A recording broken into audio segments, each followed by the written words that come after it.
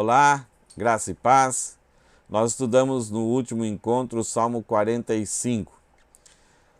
Na sequência que estávamos estudando, nós estudamos vários salmos onde revelaram experiências muito tristes do salmista. E Esdras, que organizou essa sequência de salmos que nós temos nas Escrituras, colocou logo após aqueles salmos de tristeza, de agonia, de isolamento, e colocou o Salmo 45, onde demonstrou um casamento mais esperado de todos os séculos. E é uma ilustração, é uma profecia do casamento do Messias com a sua noiva, com o seu povo. Então, nós vimos lá no Salmo 45, então, as qualidades do noivo, alguns conselhos para a noiva e as qualidades da noiva. Então, que o noivo era muito abençoado por Deus, por causa da sua palavra cheia de graça. Ele era soberano sobre todas as coisas, vitorioso, trabalhador, merecedor de toda dignidade e justo e ao mesmo tempo humilde.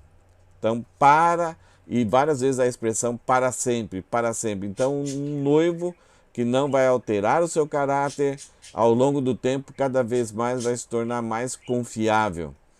E a noiva, então, ela recebe um alerta daquele rapaz, daquela pessoa que está apresentando os noivos. A noiva recebe, então, um alerta para que ela deixe o seu passado, agora ela é esposa, ela é rainha. Então, não deixar o passado interferir, ela é uma nova pessoa. Então, uma ilustração do que é a igreja. Então, ela deverá ser submissa e o caráter dela deverá ser um caráter glorioso, especialmente no legado que ela vai deixar para o seu marido, o seu rei, tendo filhos que vão reinar sobre todas as nações. Então, aquela mãe dedicada em auxiliar o marido a fazer com que o império, o reino, aumente com filhos bem educados, com filhos prósperos, com frutificação positiva. E esse foi o Salmo número 45. Então, aquela beleza de contemplar no futuro o casamento entre o Messias, o Rei, o Deus, nosso Deus, com o seu povo, com a sua noiva. Então, a ilustração da igreja. Hoje nós vamos estudar o Salmo 46. E o Salmo 46 vai lançar para nós, vai ser uma resposta dessa pergunta: aonde nós temos socorro seguro mediante o caos?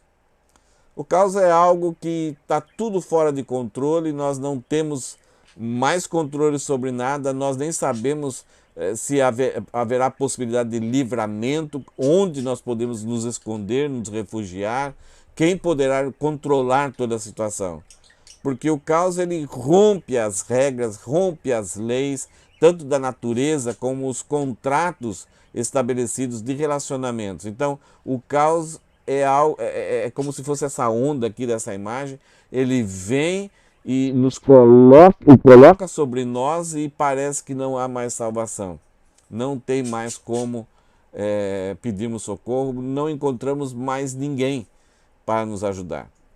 Uma das coisas que a indústria do cinema lucra muito é produzir filmes que retratam caos, né?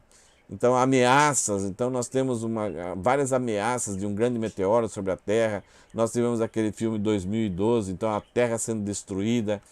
E eles capricham nessas filmagens. E quando a gente mergulha em assistir esses filmes, nós sentimos aquela opressão de vidas sendo perdidas e parece que ninguém pode ter controle. Quem poderá nos salvar? Essa é a grande questão. Aonde nós podemos ter um refúgio, um socorro seguro mediante o caos? Porque no caos nós descobrimos o quanto nós somos fracos, o quanto nós somos limitados. E ao longo da história da nossa vida, nós adquirimos itens do nosso currículo e nós acabamos nos tornando iludidos, achando que somos poderosos, que temos condições de cuidar de qualquer adversidade. Mas quando percebemos um caos de uma proporção muito séria, nós percebemos a realidade de quem nós somos. Recentemente houve não comemoração, mas uma relembrança de uma quantidade de anos que já passou da explosão de Fukushima. E aquele tsunami vindo e a filmagem bem mais do alto, vendo aqueles carros, aqueles keis, sendo tratados como se fossem brinquedinhos que você compra em loja. A força da água era tremenda, que essas pessoas, alguns conseguiram fugir, perceberam o que estava acontecendo e não questionaram, deram meia volta e saíram correndo. Outros ainda resistiram. O que será? Ah, que interessante. E aí foram tragados por aquela força enorme daquele tsunami. O Salmo 45, então, vai mostrar um contexto para nós. Esse salmo foi composto pelos filhos de Corá, que eram descendentes lá de Moisés, e ele foi escrito para ser cantado por voz de soprano. A maior parte das músicas do salmo eram cantados por homens, e mulheres participavam também, mas este salmo aqui especificamente foi escrito para ser cantado na voz feminina, na voz mais aguda, mais brilhante e que bem executado se tornava um salmo muito lindo. A razão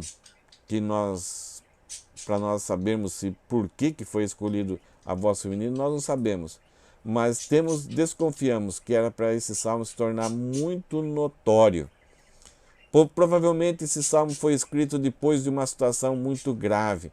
Então ele não foi escrito durante, ele foi escrito depois, relembrando o que aconteceu, para que a nação de Israel tivesse na memória aquilo que aconteceu. É muito bom quando a gente pode recordar momentos em que nós passamos dificuldades, parecia um caos, não tinha libertação, não tinha socorro, não tinha livramento. Então nós cantamos. Então esse salmo, além da voz, ele é escrito para que a nação de Israel nunca mais esquecesse um evento que aconteceu na vida deles. Possivelmente o contexto foi uma invasão, uma tentativa, as ameaças que o rei da Síria fez com Jerusalém, com a tribo de Judá e Benjamim e com o reino do sul. Na época, a Síria se tornou um império. E por causa tanto do norte e do sul estarem afastados de Deus, Deus permitiu inicialmente que o norte fosse invadido pela Síria e levado e espalhado por todo o Império Assíria. E a Síria trouxe povos de outras regiões para se misturarem com o Reino do Norte. Então pai, filho, mãe e irmãs eram espalhados, não passaram a não viver mais como família. E outros povos vieram para habitar ali no Reino do Norte.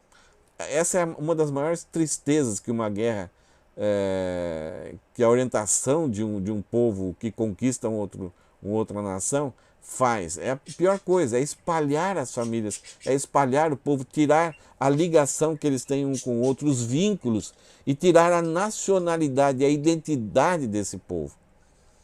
Então a Síria ameaçou o Reino do Norte tinha se afastado de Deus com muita idolatria, principalmente a idolatria para Baal, o deus da colheita, e era uma idolatria extremamente imoral. Então a imoralidade, a idolatria, a corrupção estava totalmente dominando o Reino do Norte. Deus mandou 2 profetas, Oséias e Amós, para pregarem para o Reino do Norte, mas eles não deram atenção, pelo contrário, eles reagiam contra esses profetas.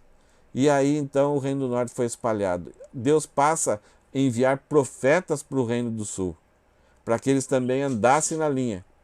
Só que quando Senaqueribe, depois de destruir, ter tido uma vitória sobre o povo de Deus no Reino do Norte, ele se achou invencível e partiu para então invadir o Reino do Sul, onde estava o templo, onde estava Jerusalém, cercada por um alto muro. E quando chegou lá, Senaqueribe ficou do lado de fora da cidade, insultando a cidade de Jerusalém. Dizendo: onde está o vosso Deus? Olha o que nós fizemos lá para o Reino do Norte. Nós vamos fazer a mesma coisa aqui. Se rendam, se entreguem. Aonde está o Deus de vocês? Olha o que nós fizemos. Se vocês não se renderem, nós vamos fazer as mesmas coisas aqui. E o povo que estava dentro de Jerusalém, tanto sacerdotes, levitas, o rei da época, a população, estavam tremendo, não havia mais recursos, eles durariam há pouco tempo. Então, o caos era tão grande que as ameaças eram tão fortes e quebravam as lógicas que eles tinham na mente. Será que Deus nos abandonou? Será que Deus existe? Quem poderá nos ajudar? Se no norte não houve ajuda, quem poderá nos ajudar agora? Será que o templo, nós confiávamos no templo, mas o templo não vai nos ajudar? Então, vários questionamentos, a mente, o coração e a realidade física externa. Um grande exército de Senaqueribe estava ao redor de Jerusalém. Não havia escapatória. Havia um canal que foi construído de água e eles poderiam se alimentar desse canal, mas o cerco que Senaqueribe fez era simplesmente esperar, não precisava nem lutar, porque em poucos dias Jerusalém deveria se entregar. Essa era a lógica, porque Senaqueribe achava que ele era então invencível, que Deus não existia. E aí então é que aconteceu algo maravilhoso. Alguns mendigos, ao virem para Jerusalém, encontraram, num amanhecer, o exército de Senaqueribe morto ao redor de Jerusalém. Porque Senaqueribe afrontou o Deus de Israel. E Deus mandou 2 anjos, não deixou nem que a nação de Israel lutasse. E os anjos mataram, destruíram toda aquela ameaça que era contra a nação de Israel. Eles não eram merecedores, mas o problema é que Senaqueribe afrontou a Deus. E agora esses mendigos entram em Jerusalém e perguntam: por que vocês estão tremendo que nem vara verde aqui? Por que vocês estão assustados? Deus lutou por nós e destruiu. Esse salmo então é escrito para refletir isso, que Deus é o nosso socorro seguro, bem presente na angústia. No final dessa mensagem eu vou falar de uma pessoa que amava esse salmo e que passou por vários turbilhões, por vários apertos na sua vida. E quando parecia que não havia mais solução, quando o dia estava findando e cada vez a opressão, a perseguição era maior, as ameaças eram maiores, ele então convidava alguns dos seus colegas e vamos cantar o Salmo 46? E aí cantavam o Salmo 46. Era o salmo predileto dele. Nós vamos então no final saber quem que é essa pessoa. Vamos estudar esse salmo? Então, em primeiro lugar, o salmista fala, ele vai usar 3 partes, ele vai construir esse salmo em 3 partes. Todas as partes vão ser terminadas, cada parte vai ser terminada com um interlúdio, que significa uma pausa. Então o autor vai falar alguma coisa que Deus é, por causa da experiência, daquilo que eles vivenciaram, e ele vai dar uma pausa. A ideia é para a gente refletir, para a gente descansar nessa promessa, olharmos para a nossa vida e percebermos: puxa, Deus é assim, Deus tem sido isso na minha vida em cada dia. O salmista aqui, quando ele escreveu, ele não está pensando no futuro. Ele está refletindo sobre o que aconteceu, o passado. Então esse salmo não é um pensamento positivo.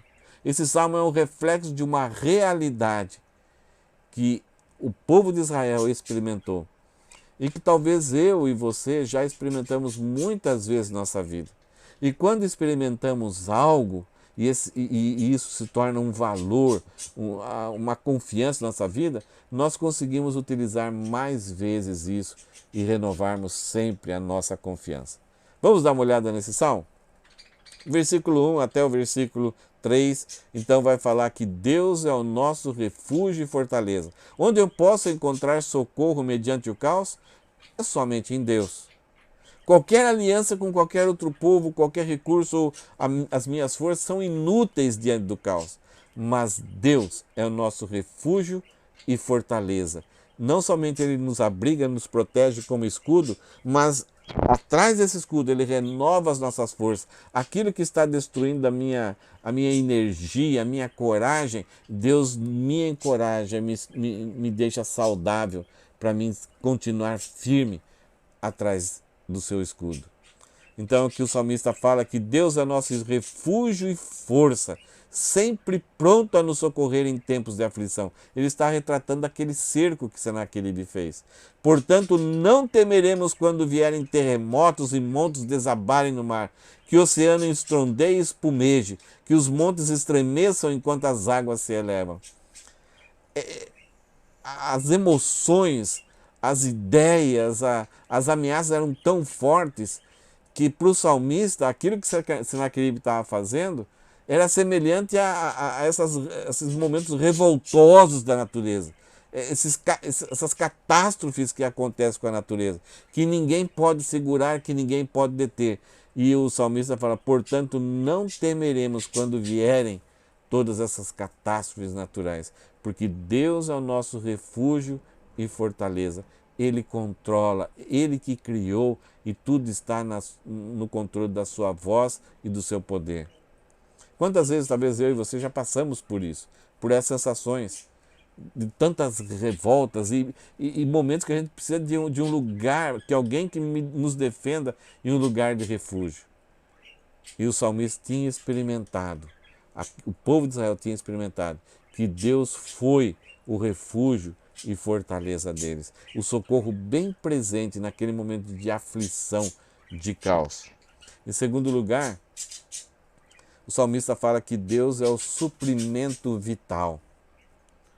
Algumas vezes nós somos socorridos, percebemos a proteção de Deus, mas para viver protegidos, nós precisamos no dia a dia sobrevivermos, mantermos a nossa vida. Jerusalém, com seus muros, estava socorrendo a nação de Israel, estava protegendo até aquele momento das ameaças de Senaqueribe. Mas a comida ia terminar, a água ia terminar. Mas muito tempo antes, Ezequias construiu um riozinho que passava pelo meio de Jerusalém. E é esse retrato que o salmista vai fazer do que Deus é para nós. Além de nos proteger e nos dar força, Ele é o suprimento vital. Porque aquela água era material para a nação de Israel, mas ao longo da nossa vida, a nossa vitalidade, a morte vai nos encontrar um dia, doenças vão nos encontrar. E mesmo que a gente morra, mesmo que esse corpo dê o seu último suspiro, a nossa ligação com Deus não vai ser corrompida, não vai ser quebrada. Ele é o nosso suprimento vital da vida. Lá no Jardim do Éden, o homem quebrou e entrou no estado de miséria e de cegueira, e sobre a humanidade veio a morte. Houve um desligamento de Deus. Mas em Jesus, Deus ligou o homem, aquele que crê, novamente a si próprio, à vida. Nós entramos dentro de Jesus Cristo e agora estamos nas suas mãos, na mão do Pai, na mão de Jesus. E o Espírito Santo entrou dentro de nós para nos selar, para garantir. Então, todas as garantias de que nós seremos protegidos, não somente como refúgio, mas com força, e teremos o suprimento vital para continuar a vida, apesar de passarmos por doenças, catástrofes e até a morte.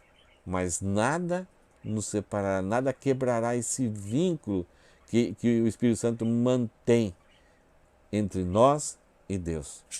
Pois esse vínculo foi criado lá na cruz, pelo sangue de Jesus. Se tornou um vínculo indestrutível, porque não foi criado pelas nossas obras, não foi criado pelo nosso esforço ou pelo nosso pensamento positivo. Não, esse vínculo foi criado pelo sangue de Jesus Cristo. Então ninguém tem autoridade e ninguém tem poder e capacidade para quebrar esse vínculo que Deus fez conosco. Nem o nosso pecado. E quando pecamos, Deus trata conosco, para que a gente abandone. E Deus está no processo de nos santificar diariamente. E aí, dia a dia, eu sou suprido por esse rio abundante que sai da morada de Deus. Veja o que o salmista fala, ele está lembrando esse rio que Ezequias construiu, esse córrego subterrâneo que alimentava, que providenciava água para a nação de Israel, para que tivesse vida, que tivesse o suprimento vital, que é a água. No versículo 4, o salmista fala o seguinte: um rio e seus canais alegram a cidade do nosso Deus, o santo lugar do Altíssimo. Deus tinha providenciado isso para eles. O cerco de Senaqueribe não podia destruir isso. Deus habita nessa cidade e ela não será destruída. Desde o amanhecer, Deus a protegerá. As nações estão em confusão e seus reinos desmoronam. A voz de Deus troveja e a terra se dissolve. O Senhor dos Exércitos está entre nós. O Deus de Jacó é a nossa fortaleza. Deus habita no meio do seu povo. E o mundo, as nações estão em confusão.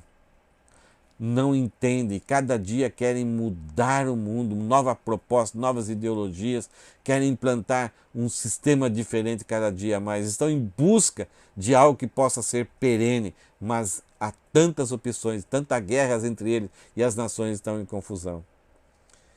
E a proposta que a palavra de Deus e que Deus propôs é que o reino de Deus, sendo Jesus Cristo o Rei, é a única maneira do homem viver em paz e ter um reino durável. Mas esse reino, ele é implantado somente com pessoas que tiveram uma transformação, reconheceram que são pecadores e creram em Cristo. Por isso a humanidade não quer saber de Cristo e está contra tudo aquilo que se refere a Deus. Então as nações estão em confusão, os reinos desmoronam, mas a voz de Deus troveja e a terra se dissolve. Então Deus é que vai implantar, vai tirar essa confusão da humanidade e vai revelar então a verdade, a beleza e a paz que somente vem dele.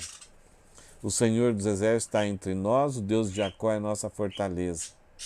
Então o mundo é contra Deus, mas Deus com a sua palavra vai implantar o seu reino. E desde já nós temos esse suprimento vital.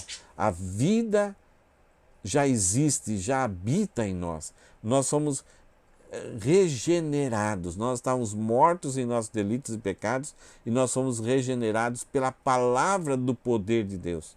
Essa palavra poderosa, porque nós somos salvos pelo ouvir da palavra de Deus. Ouvir a palavra de Cristo, ouvir o Evangelho. E pela graça nós somos salvos mediante a fé na palavra de Deus. Enquanto as nações estão se despedaçando, se desmoronando, Deus vem para ser Deus é a nossa fortaleza. Enquanto estivermos aqui, nós somos afetados por esses mover das nações. Nos preocupamos, muitas vezes até somos ameaçados de morte e ameaçados de sermos impedidos até de viver a vida cristã. Mas a palavra de Deus, o povo de Deus, a cidade de Deus, nunca será destruído, porque Deus habita no meio dela. Nós estamos sendo impedidos de cultuar presencialmente. É muito difícil, porque nós queremos, o Espírito Santo, ele cria esse anseio em nós de estarmos juntos com o povo de Deus e louvando a Deus. Mas podemos ser impedidos, mas nunca destruídos como o povo de Deus. Em terceiro lugar, então, o salmista fala que Deus é a nossa confiança, porque Ele é o Rei estável. E o convite aqui parece que é aquele convite dos dois homens, dos dois mendigos que passaram ali e sabiam que Jerusalém estava sofrendo, agoniada, estavam tremendo, não conseguiam dormir, apavorados, estressados. E quando eles passam, todo o exército de Senaqueribe está no chão, mortos, sem vida. Aqueles que ameaçavam, aqueles que zombavam de Deus, que propunham um novo sistema de reino, estavam agora deitados em terra. Então parece que essas palavras aqui são desses dois mendigos. Eles falam: venham, vejam, olhem só. E é o convite que muitas vezes a gente faz para outras pessoas quando nós passamos por um colapso, passamos por um caos. E tivemos Deus como nosso refúgio, fortaleza e o Deus que nos supriu de forma vital aquilo que nós precisamos. Então nós convidamos as pessoas, testemunhamos com a nossa vida o quanto Deus foi gracioso para conosco. Então nós convidamos, venham, vejam, não a mim, mas vejam a bondade, a graça, a misericórdia de Deus. Olha só que esses últimos versículos desse salmo falam: venham, contemplem as gloriosas obras do Senhor. Vejam como ele traz destruição sobre o mundo. Então parece aqueles dois homens que estão, venham, olha só o que Deus fez com o exército, aquele exército poderoso, aquele exército que insultava a Deus e que trabalhou na nossa mente, na nossa cabeça, que nós tínhamos uma confiança vazia. E olha só o que Deus fez. Nós não gastamos uma gota de suor. Deus lutou por nós e derrotou o nosso inimigo, tudo aquilo que era contra nós. E aí no versículo 9, então, o salmista continua: Deus acaba com as guerras em toda a terra, quebra o arco e parte ao meio a lança e destrói os escudos com fogo. Aquietai-vos, aquietem-se e saibam que eu sou Deus. Serei honrado entre todas as nações, serei honrado no mundo inteiro. O Senhor dos exércitos está entre nós, o Deus de Jacó é nossa fortaleza. E até hoje nós contamos essa história desse livramento de Judá. Para quê? Para glorificar Judá? Glorificar aqueles dois mendigos? Não, para glorificar somente a Deus. E hoje ele é honrado quando nós olhamos no passado e percebemos que Deus deu vitória para a cidade de Jerusalém. E aqui o salmista, ele olhou para um passado bem perto dele e ele escreveu esse salmo para ser cantado com voz feminina. Um salmo lindo, um salmo que para nós hoje serve para nós redobrarmos a nossa confiança. Então somente Deus é a nossa confiança. Esse bloco desse salmo, que tem essa pausa no final, ele serve para nos ajudar a não murmurarmos, a não desistirmos da nossa fé, não desistirmos de pertencer ao povo de Deus e também não buscarmos atalhos, consultas a pessoas que não conhecem a Deus, para que tenhamos aliados que sejam o nosso socorro. Não, busque manter a sua confiança somente em Deus, porque é o único que vai reinar perpetuamente. Qualquer outra aliança, ela vai terminar, ela vai ser destruída. E ela pode ser perigosa porque num determinado momento você vai ter que negar a sua fé. Venham e vejam. Será que eu posso olhar para a minha vida e dizer para as pessoas: venham, olhem na minha história e vejam o que Deus já fez para mim? Talvez você tenha muitas coisas para mostrar, para relatar o quanto Deus foi fortaleza, foi refúgio, e o quanto Deus te sustentou, mesmo com aquilo que foi básico, somente água. E hoje, renove a sua confiança. Leve outras pessoas a confiarem somente em Deus, porque Deus é o Rei que será o Rei perpétuo. Ele vai governar sobre todas as coisas. Ele vai destruir todo o sistema humano, as guerras de toda a terra, ele vai parar com isso. Ele vai quebrar o arco e partir ao meio a lança, qualquer recurso humano que tenta manter os reinados. Deus vai destruir. E ele vai manter o reinado, ele vai ter um reino perpétuo, perene, pela palavra do seu poder. Não vai ser por força, nem por violência, mas pelo Espírito dele. Porque o Senhor dos Exércitos está entre nós, o Deus de Jacó é a nossa fortaleza. Então esse salmista, ele termina o salmo para que aquele povo que tinha passado por isso não esquecesse aquele momento e renovasse a sua confiança total em Deus. Apesar deles estarem afastados de Deus, apesar do Reino do Norte ter sido destruído, apesar deles terem sido afastados de Deus, Deus ainda foi gracioso com o povo dele. Porque Senaqueribe insultou a pessoa de Deus e queria destruir os últimos requisitos, o remanescente fiel que estava ali em Jerusalém. O que nós estudamos hoje, que vimos nesse Salmo 46, é a resposta para essa pergunta. Onde temos socorro seguro mediante o caos. Nós podemos ter um socorro imediato, mas seguro realmente somente em Deus. Então Deus é o nosso refúgio e força, Deus é o nosso suprimento vital e Deus é a nossa confiança. Renove a sua confiança. Chame pessoas para verem as maravilhas que Deus tem feito na sua vida. Para nós terminarmos, diante do caos iminente, nós contemplamos a existência de homens inconsequentes e iludidos, que não ligam para o que está prestes a acontecer. Vamos acordar e abrir os nossos olhos para esses últimos dias que nós estamos vivendo. E a maior parte das pessoas ainda olham para esse caos que a humanidade está vivendo e está vivendo uma vida muito inconsequente e até iludida, com propostas humanas. E não ligam para o que está prestes a acontecer. A perseguição total ao povo de Deus e a segunda vinda de Cristo. Vamos abrir, vamos voltar para as Escrituras, conhecer o Deus, conhecer o plano que Deus tem para a história e o plano que Deus tem para mim e para você. E vamos eliminar a ilusão e vamos ter um bom senso sobre esses últimos dias antes da volta de Jesus.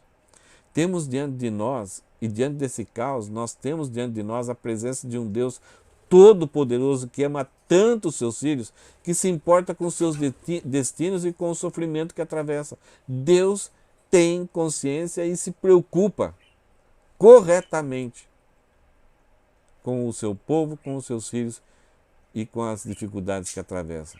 Deus é o nosso castelo forte. É o nosso socorro bem presente na angústia. E Castelo Forte foi um hino que alguém que trabalhou muito pela reforma protestante escreveu. Depois ele colocar ali nas portas da catedral 95 itens a respeito dos erros que a humanidade daquela época estava cometendo, ele passou a ser perseguido violentamente, ameaças de morte. Ele teve que ser socorrido por alguns amigos e ser escondido num castelo. E quando ele estava nesse castelo, ele, um pouco antes também, ele tinha lido muito o livro de Romanos, e leu vários salmos e fez comentários sobre esses salmos. Ele descobriu que a salvação é pela fé. Por causa disso, então, ele colocou esses 95 erros que a igreja daquela época estava cometendo. Por causa disso, então, ele foi perseguido.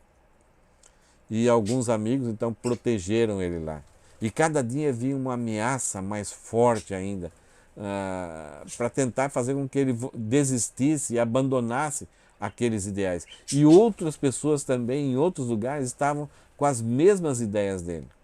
Não foi o único que fez isso, mas havia também outras pessoas que estavam amando a Deus intensamente e percebiam que havia uma necessidade da verdade vir à luz. E muitas vezes, quando esse homem estava muito desanimado, muito abatido, afetado por aquelas ameaças, ele convidava um dos seus amigos: vamos cantar o Salmo 46?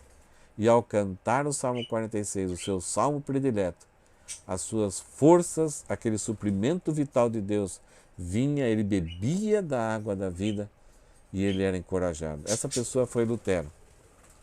E após terminarmos essa mensagem, nós novamente ouviremos aquela música, o Salmo 46, mas com essa linguagem do hino Castelo Forte. Já ouvimos no início dessa mensagem, vamos ouvir agora. E agora então você sabe que o autor desse hino maravilhoso, que é uma obra-prima da igreja cristã, que Lutero escreveu, ele vem desse salmo. Castelo forte é o nosso Deus. Que Deus seja o seu castelo forte a cada dia. Que você não busque atalho, não busque outros refúgios, mas que Deus seja a sua fonte de suprimento vital, a sua fonte de alegria, agora e para todo sempre. Que Deus te abençoe. Vamos orar? Senhor, eu te agradeço por os salmistas terem deixado esse salmo, pelas experiências difíceis que eles passaram, mas eles confiaram e experimentaram aquela libertação, aquele refúgio, aquela proteção que somente o Senhor pode dar. Que as experiências do teu povo no passado possam servir para nós, para nos dar esperança, aumentar a nossa confiança e nos apegarmos ao único rio de água viva que provém da tua santa cidade, que é a tua palavra que o Senhor deixou escrita para nós. Muito obrigado pelo teu povo que te ama, o teu povo que tem temor e está aguardando a sua volta para estabelecer o seu reino. Em nome de Jesus. Amém. Vamos ouvir então novamente essa bela música. Cante, aproveite e cante junto, tá bom? Deus te abençoe e até o próximo encontro.